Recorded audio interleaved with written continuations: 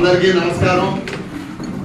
ఈరోజు మన తెలుగుదేశం పార్టీ ఆవిర్భావ దినోత్సవ సందర్భంగా కీర్తిశేషులు నందమూరి తారక రామారావు గారికి ఘనమైన నివాళులు అర్పించుకుంటూ వారికి నమస్కరిస్తూ, అట్లాగే ఒక ఏ పార్టీకి చెందిన వ్యక్తో తెలియనటువంటి ఒక వ్యక్తి కొంతమంది పెయిడ్ బ్యాచ్ని చుట్టూతా కూర్చోబెట్టుకుని మరి ఏదేదో నోటుకొచ్చినట్టు కళ్ళు దాగిన కోతిలేగా వాగినటువంటి దానికి నేను ఒక్కసారి వివరణ ఇవ్వాలనుకుంటున్నాను। అది కూడా నన్నేదో అన్నాడు, అది కాదు, నాతో పాటు ఉన్నటువంటి నిడదవోలు నియోజకవర్గ తెలుగుదేశం కార్యకర్తలందరూ స్తోవర్పురం దొంగలని మాట్లాడాడు ఈ దుర్మార్గుడు।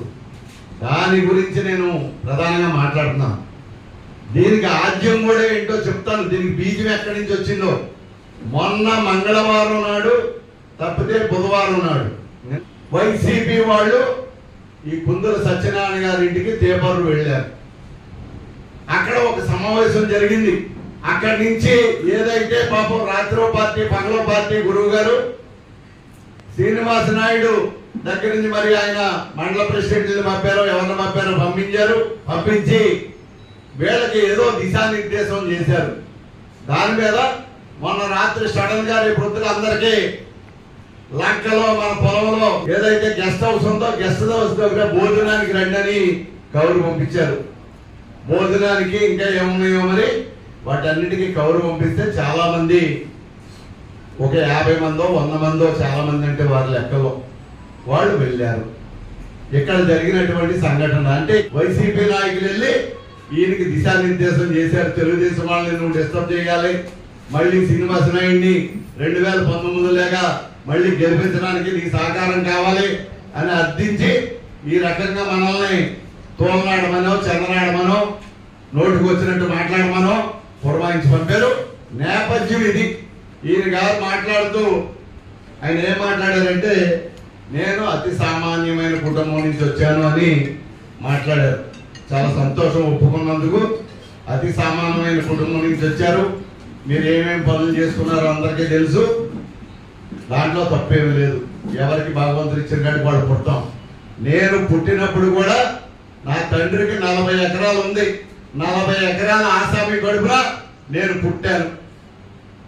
ఇది నాకు నీకు ఉన్న తేడా, ఇది జనానికి అర్థం అవుతుందని చెప్తా ఉన్నాను, నేనేమి ఎక్కువ అని చెప్పట్లా। అలా ఫ్యామిలీ అంతా సెటిల్ అయిపోయింది, సేవ చేయాలనుకున్నాను ఇంకోటి అని మాట్లాడుతున్నారు। అంటే ఫ్యామిలీ సెటిల్ అయిపోయే వరకు మొత్తం అంతా దోచేసే వరకు ప్రజలు ఎవరికే కనపడలేదు। ఖజానాలన్నీ నిండిపోయి లప్పెట్లు నిండిపోయి మొత్తం అన్ని నిండిపోయిన తర్వాత ఇప్పుడు అది ఏం చేయాలో తెలవక ఇప్పుడు సేవలు గుర్తొచ్చినాయి పాపం మీకు పెద్ద మనుషులకి। చాలా సంతోషం, మీలాంటి ఔన్నత్యం కలిగినటువంటి మహానుభావులకి మీలాంటి మహానుభావుడు భోజనం పెడితే కూడా పేపర్లో ఆ ఊళ్ళో గ్రామస్తులు వచ్చి తినరు, తెలుసుకోండి మీరు నా గురించి మాట్లాడే ముందు। ఇంకోటి మాట్లాడారు, నాకు అసలు బాధేసింది ఏంటంటే తెలుగుదేశం పార్టీ నాయకులు కార్యకర్తలు అందరూ బ్లేడ్ బ్యాచ్ ఏంటది స్తోవర్పురం బ్యాచ్ అని మాట్లాడారు। తెలియజేస్తున్నాను, అందులో ఎవరెవరైతే ఉన్నారో వెనక ఆయన మాట్లాడేటప్పుడు ఆయన చుట్టూ అసలు ఎంతమంది ఉన్నారు, ఎంతమంది ఎవరెవరన్నది ఆయన క్యారెక్టర్ ఏంటన్నది అనాలిసిస్ చేస్తే స్తోవర్పురం బ్యాచా, గంజా అమ్మే బ్యాచా, బ్లేడ్ బ్యాచా, బెట్టింగ్ బ్యాచా, సెటిల్మెంట్ల బ్యాచా, ఈ దందాలు చేసే బ్యాచా అన్నది మీకు అర్థమవుద్ది। ముందు వేల సంఖ్యలో ఉన్నటువంటి నా కార్యకర్తల నాయకులు కాదు, నా కార్యకర్తల నాయకుల గురించి మళ్ళీ ఒక్కసారి మాట్లాడితే నా పని అయిపోదు, మీ పని అయిపోతే ఒళ్ళు దగ్గర పెట్టుకుని ఉండమని చెప్పి తెలియజేస్తాను। స్టేట్ కమిటీ పెద్దలు అలాగే చాలా మంది ఇంటెలిజెన్స్, మరి నువ్వు ఎవరన్నా పెట్టేవేమో ఇంటెలిజెన్స్ ఈ పార్టీలో, స్టేట్ కమిటీ పెద్దలంటే మరి ఎవరన్నా ఉన్నారేమో నీకు, మరి ఇక్కడ ఈ బ్లేడ్ బ్యాచ్ లాగా ఎక్కడన్నా పావడా 10 రూపాయలు గమ్ముడైపోయేవాళ్ళు, వాళ్ళు ఏదన్నా నువ్వు ఇంటెలిజెన్స్ రిపోర్ట్ నువ్వు ఇచ్చేస్తున్నావేమో, నీలాంటి ఇంటెలిజెన్స్ రిపోర్ట్లు మాటలు ఇప్పుడు మళ్ళీ మాయ మాటలు ఇవి, మళ్ళీ రేపు పొద్దున ఏదో నిర్ణయం తీసుకుంటారంటే వారం తర్వాత అంటే సంథింగ్ ఎల్స్ ఏదో ఒక పథకం ప్రకారం నిన్న మీటింగ్ వేసి మళ్ళీ వారం లోపల ఏదన్నా పార్టీ ఆఫీస్ లో జరగకపోతే అని నేనేమన్నా బ్లాక్ మెయిల్ చేయట్లేదు. మీరు ఈ రకంగా పార్టీని బ్లాక్ మెయిల్ చేస్తున్నారు. నీ అవసరం అసలు మా పార్టీకే లేదు. నువ్వు అసలు పార్టీలోనే లేవు. కందులు దుర్గేష్ గారి సంగతి ఏంటో మేము చూడగలం, ప్రజలు చూడగలరు. నీలాంటి నమ్మేటటువంటి పరిస్థితి ఎవరికి లేదని చెప్పి తెలియజేస్తాను. ఇంకోటి మాట్లాడాడు, మూర్ఖుడు నెగ్గిస్తాడో ఓడిస్తాడో ఎవరికే తెలియదని. ఎస్, ఎవడా మూర్ఖుడు? నువ్వు 2019లో సీట్ వచ్చే వరకు ఏం మాట్లాడేవాడి? నువ్వు సీట్ వచ్చే వరకు ఎవరికైనా కలిపి చేసుకుందాం. సీట్ అయిపోయిన తర్వాత ఎక్కడ కనపడ్డాడు వీడు? నువ్వు 420 అంటారా, లేకపోతే నిన్ను ఏమంటారో, చీటర్ అంటారా, మ్యాటర్ అంటారా, నువ్వే తెలుసుకో. నీ గురించి ఎక్కువ మాట్లాడక్కర్లేదు. అర్థమైందా? 2019లో నువ్వు మాట మీద నిలబడితే ఈవేళ మాట మీద నిలబడతావని ఎవడన్నా ఆలోచిస్తా ఉంటారు నీ గురించి. పాపం అన్ని వేల మంది ఊరిని నువ్వు పిలిపించేస్తే వచ్చేస్తారా? నువ్వు డబ్బు ఇస్తేనే రారు, పిలిపించేస్తే ఎక్కడ వచ్చేస్తారు నీకు? అది ఎలా మనం చేసి ఉండాలి ప్రజల కోసం, ఉంటే వస్తారు. నువ్వు ఎన్ని మాట్లాడేసినా నిజాలు అనుకుంటారని మళ్ళీ మాట్లాడకపోతే కూడా అందులో ఉండిపోతారని మాట్లాడుతున్నాను. ఇంకోటి తమరు ఏం మాట్లాడారంటే మా నాయకుడు నారా చంద్రబాబు నాయుడు గారు నీకెక్కడా మా నాయకుడు సీట్ ఇస్తానని కానీ, మా చంద్రబాబు నాయుడు సీట్ ఇస్తానని కానీ, లోకేష్ బాబు సీట్ ఇస్తానని కానీ నీకెక్కడా ఏ విధమైన కమిట్మెంట్ ఇవ్వలేదు. నువ్వేదో అత్యాసపడి తిరుగుదామని చెప్పి తిరిగావు.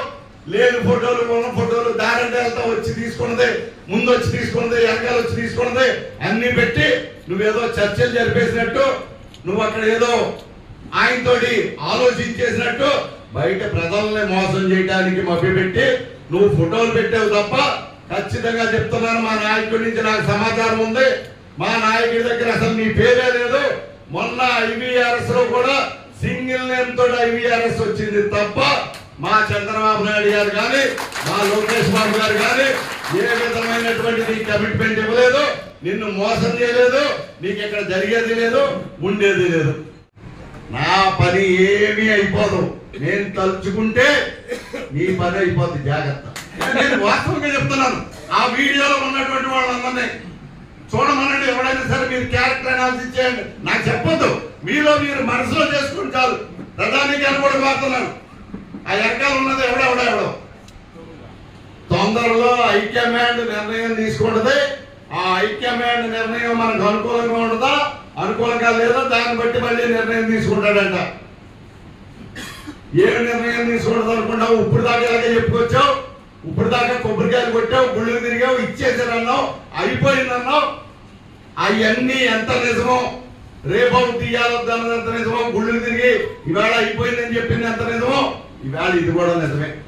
మిట్ట మధ్యాహ్నం జనాన్ని లెగ్గొట్టి మోసం చేయాలని, గుళ్ళల్లో పూజారులు కూడా మోసం చేసి, దేవుణ్ణి కూడా మోసం చేసి నువ్వు కొబ్బరికాయలు కొట్టావంటే సీటు రాని సీటు వచ్చిందని, నువ్వు ఎంత మోసగాడువో, నువ్వు ఎంత దొంగలు బాసివో నీకు తెలియాలి. ఎందుకు చెప్తున్నాను ఏంటది? ఆడి పని అయిపోయిందా? ఏమైపోయిందా పని? భగవంతుడు ఉన్నాడా? తదాస్తు దేవతలు ఉంటారు. ఎవరి పని అయిపోయింది? నీ పని అయిపోయింది. నన్ను ప్రజాహితం కోసం పనిచేస్తున్నాను కాబట్టి, ఏదైతే ఒప్పందం ప్రకారం కూడం కోసం పనిచేస్తున్నాను కాబట్టి నన్ను పని చేయనిస్తున్నాడో జరగనిస్తున్నాడు. ఇతను క్యారెక్టర్ చెప్పాలి. ఇతను సిండికేటుల్లో గుమస్తా కింద, లారీ మీద క్లీనర్ కింద పనిచేసేటటువంటి వ్యక్తి. ఇతను లారీ మీద క్లీనర్ కింద, సిండికేట్లో గుమస్తాల కింద పనిచేసేటటువంటి వ్యక్తి. ఇతని జీవితం అది. అలాంటి జీవితంలోంచి 95లో మీకు గుర్తుందో లేదో, రామారావు గారు వచ్చిన తర్వాత మళ్ళీ ఎక్కిన తర్వాత రెండోసారి ప్రొహిబిషన్ పెట్టారు. రాష్ట్రం అంతా సారా నిషేధించారు, మద్యం అంతా. ఆ టైంలో NDP తెచ్చి 6 నెలలు జైలుకి వెళ్ళినటువంటి వ్యక్తి ఇతను. జైలు చెప్పకూడదు తినొచ్చినటువంటి వ్యక్తి ఇతను. ఇతను ఏదో శ్రీరంగ నీతులు చెప్తున్నాడు. ఎప్పుడైనా ఇంటి పక్కోడుకో, ఇంటి ముందోడుకో, ఇంటి వెనకోడుకో ఈవేళ రాజకీయం కావాలని వచ్చిన తర్వాత తప్ప ఇరిగిన వేలు మీద వచ్చపోయినటువంటి వెదవు నువ్వు నా గురించి మాట్లాడతావా? నేను ఎప్పుడు ఏం మాట్లాడలేదు, నేనేం నోరు ఎవరిని ఏం అనకూడదని అనలేదని అన్నాడు. నువ్వెందుకంటావు? నువ్వు డబ్బు ఉంది నీ దగ్గర, తెలివైన నాయకుడు నువ్వు, ఒక దుర్మార్గుడు నువ్వు. ఏం చేయాలో తెలుసు, వ్యవస్థను ఎలా వాడాలో తెలుసు. కొంతమంది పెయిడ్ బ్యాచ్ గారిని ఆర్టికల్స్ తయారు చేయించి ఆ ఆర్టికల్స్ నువ్వు పాపం లైవ్ లో రిలీజ్ చేయించావు. నీ పేరు మీద నువ్వు దగ్గరుండి 5,000 10,000 ఇచ్చి నువ్వు చేయించావు. ప్రతి నిమిషం బాధపడేటటువంటి విధంగా అబద్ధాలు మాట్లాడుతూ గంటకు రకమైనటువంటి మోసం చేస్తూ కంట్లో నలుసులాగా మా కార్యకర్తల్ని, నాయకుల్ని, అభిమానుల్ని, ప్రజానీకాన్ని నువ్వు ఏడిపించలేదా ఈ సంవత్సరం పాటు అని చెప్పి నిన్ను ప్రశ్నిస్తా ఉన్నాను. దీనికి నీ దగ్గర సమాధానం ఉందా? ప్రజానీకం అందరూ కూడా గుర్తించమని ఈ మాటని నేను కోరుతా ఉన్నాను. ఏం మాట్లాడేటంటే పాపం చాలా త్యాగధనుడైన, మొత్తం అసలు ఈ జిల్లాలో కాదు రాష్ట్రంలో రాజకీయం అంతా ఈయనే చేస్తున్నాడు. 2009లోను 2014లోను నాకు ఎంత సొమ్ము ఇచ్చాడో పోయినవే లేదంట. స్ట్రైట్ గా నువ్వు చెప్పిన పాయింట్ లో నిజం ఉంటే 2004 నుంచి 14 దాకా నువ్వే పార్టీలో ఉన్నావు. ఆవేళ కాంగ్రెస్ లో పేదాని గారు ఉంటే పేదాని గారు కూడా నువ్వు కాంగ్రెస్ లో ఉన్నావా లేదా, కాంగ్రెస్ వాదివా కాదా నువ్వు? ఆవేళ 2004 నుంచి 14 దాకా నువ్వు కాంగ్రెస్ లో ఉండి తెలుగుదేశానికి డబ్బించేవా? నువ్వు తెలుగుదేశం వాటమి కోసం కృషి చేసినటువంటి వాడు నువ్వు 2004 నుంచి 14 దాకా. నువ్వు 14 ముందు జస్ట్ పాదయాత్ర కూడా అయిపోయాక మెల్లగా సంకేతాలు ఇచ్చావు, గవర్నమెంట్ వస్తుంది, మళ్ళీ రేపొద్దున రాబోయే రోజుల్లో ఇసుకుంటది, వాయించేద్దాం ఈయన అని చెప్పి సంకేతాలు ఇచ్చి వచ్చి అలా అడ్డుకున్నట్టు ముట్టుకున్నట్టు నువ్వు వ్యవహారం చేసుకుని వెళ్ళావు.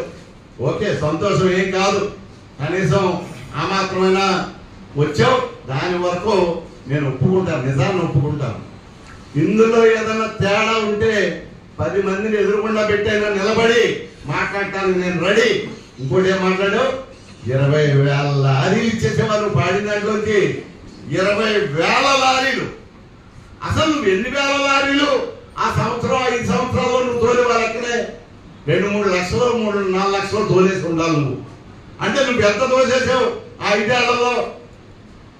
ఏదో 100-150 కోట్లు దోసి ఉండాలి నువ్వు.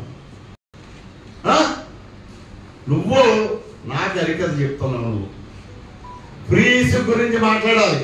పాపం ఈయనంట సొమ్ము పెట్టి పాడేసి 1,000 లారీలు 20,000 లారీలు జనానికి ఇచ్చేసాడంటే ఎవరెవరకు. పోలే జనానికి ఇచ్చానన్న, నాకు ఇచ్చానన్నది అది కూడా సొమ్ము పెట్టి పాడేసి.